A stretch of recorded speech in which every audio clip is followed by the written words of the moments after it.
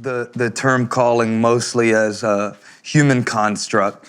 It's a way for us to try to describe a bunch of fragments and make things not feel random, because calling in a biblical sense is more general, that God has called us to himself. And what we want that to mean is that we have a specific path that we're gonna understand from the outset, and then we can guide our lives by it and not waste time on things that aren't a part of that. And that's a human construct. That's nowhere in the Bible. I can't think of any evidence in the Bible that people were given a itinerary for their life, and then their life followed that itinerary. It's much more, if you just want to use a simple analogy, it's much more like riding with your GPS without the directions tab to see the next turns. It's much more next turn. And it just is. It has to be.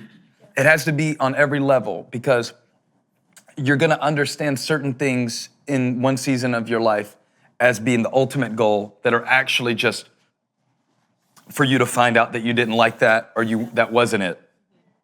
So I think a lot of people have an imprisonment to their concept of what their calling was, and it's unnecessary.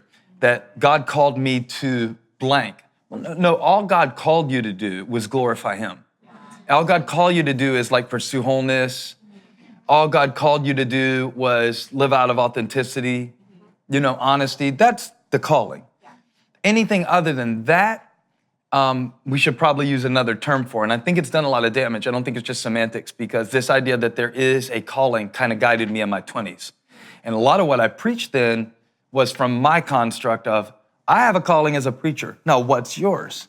Well, the fact is, I just kind of found it early. What I was good at, I was able to work on that early. I got opportunities early. Not everybody has that. And so then it's become now something, I can talk to you about my own experience if you want me to, but it's become now something that this role is not at all what I thought it would be, but it's exactly what I dreamed of doing, but they couldn't be more different. So even if you do what you set out to do, it won't be what you set out to do. It'll be the reality of it. And that's whether you do ministry or whether you are parenting or anything. Did you get to hear my Joseph teaching from Inside Elevation, session 1? This is the dream, or I think I called it something else, but the idea. Did you get to hear it? It's so relevant, but it usually is something you're only ready to hear when you're 40. But I think you can hear it earlier, and I'm coming up on 40. It's really a sermon about disillusionment, but it's not about the danger of disillusionment. It's about the necessity of it. And if you can receive it at 25, I wonder how much less energy you'll waste agonizing over finding it. Because what it basically says is that God, and I won't re-preach it here, it takes an hour to build out the concept. Joseph saw something in his youth.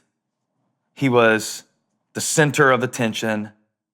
He was the stalk of grain that the other stalks were bowing down to, the sheaf that all the other sheaves came and gathered around. The stars and the sun and the moon bowed down to him, that represented his parents and his brothers. When that actually came to pass, he was actually 38 years old, which is was connecting to me personally. Not that I'm Joseph, just I connected to that. And by the time that his brothers were bowing down before him, it wasn't shiny like it was in the dream. And he was at the center, but the reason he was at the center was to serve them, not to be the star. And the process of disillusionment is you get the dream, God shows it to you in one form, and it looks shiny like the stars and the moon. Or you see, wow, I'm at the center. I'm standing head and shoulders above everybody else. So it's about your own importance. It's about your own specialness. It's about your own uniqueness. It's about all those things.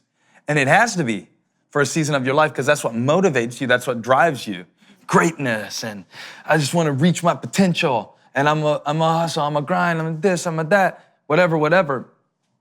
But then the second necessary process is where you go, oh, wow. Because Joseph was crying, he was betrayed by his brothers, he had a lot of responsibility, he had a lot of stress. So it was the same thing he saw, but it wasn't the same thing he saw. It was the mature version of it. And so God uses those little things where you get here and you're like, wow, this is not even what I'm good at. God's like, cool, good. Because it's one of the ways he disillusions you. He discomforts you, he disillusions you. Yeah. And then you have to find out, well, am I what I do or am I who I am? That's so good. You know? Because you probably identify with something that you've done that's gotten you attention in your life or gotten you props or whatever. So God has to put you in situations where you don't get to operate in that. And then you feel like you don't even know who you are. You don't even feel like you know how to operate. You don't even feel like you know how to do it. But that's a gift because that's like getting you to the core. That's getting you to a different layer. So the part I'd want you to hear at 25, the way you asked me the question, I don't know whether you can. I don't know whether you have to get exhausted to the point where you go, oh, and then you come back to it and you go, Pastor Stephen tried to tell me that. You know, my dad tried to tell me that. My youth minister tried to, whatever, you know, whoever's been in your life. I don't know I can say it, but at least maybe I can give you a framework so that when that's happening to you, and it could be a disappointment, or sometimes a dream will come true and you'll go, I thought I would like this more, you know? Or you'll find fulfillment in something that seems maybe way off the map, but at least you'll have a way to recognize that doesn't make it feel like failure or doesn't make it feel like a negative thing.